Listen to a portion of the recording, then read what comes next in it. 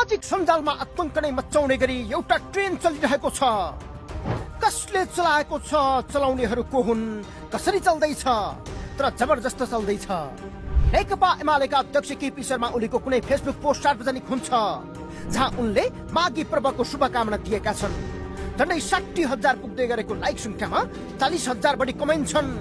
त्यसमा अधिकांश no Oli only Balen लेखिएको छ।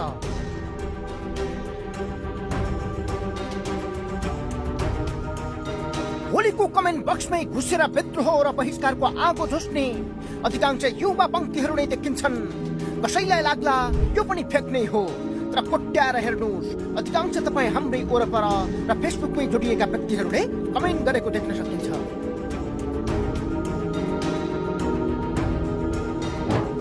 अब यसलाई देखेपछि एमालेको अर्को बहादुर साइबर पंक्तिलाई असह्य भएको छ।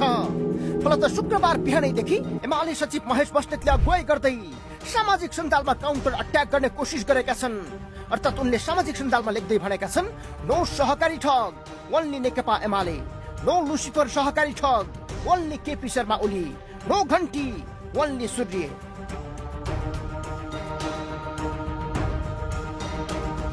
तर त्यसको कमेन्ट बक्समा पनि अत्याधिक संख्यामा नो ओली ओन्ली बालेनले भरिएको छ। महेश बस्नेतका हरेक कमेन्ट बक्सहरू अहिले बालेनकै समर्थनमा भरिएका छन्। हेर्दा यो साइबर वार जस्तो देखिन्छ। होइन साइबर महायुद्धकै झल्को आइरहेको छ, जसको प्रतिवाद गर्न सिङ्गो पार्टी पंक्ति लाग्नु परेको छ। कम से कम दिनमा 10वटा SMS गर्नुहोस्, दिनमा 10वटा फेसबुक स्ट्याटस लेख्नुहोस्, एमालेको पक्षमा लेख्नुहोस्, दिनको 10वटा।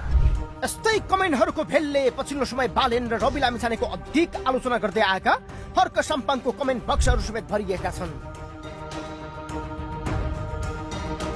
पछिल्लो समय जनतामा छाएको वितृष्णा र रवि बालेनमाथिको विश्वासलाई व्यक्त गर्न समर्थकले यो तहको साइबर वार खेलेको देखिन्छ। त्यसमा पनि ओलीकै निर्वाचन क्षेत्र झापा 5 मा पुगेर बालेन प्रतिस्पर्धामा उत्रिन थालेपछि एमालेहरू आक्रोशित छन्।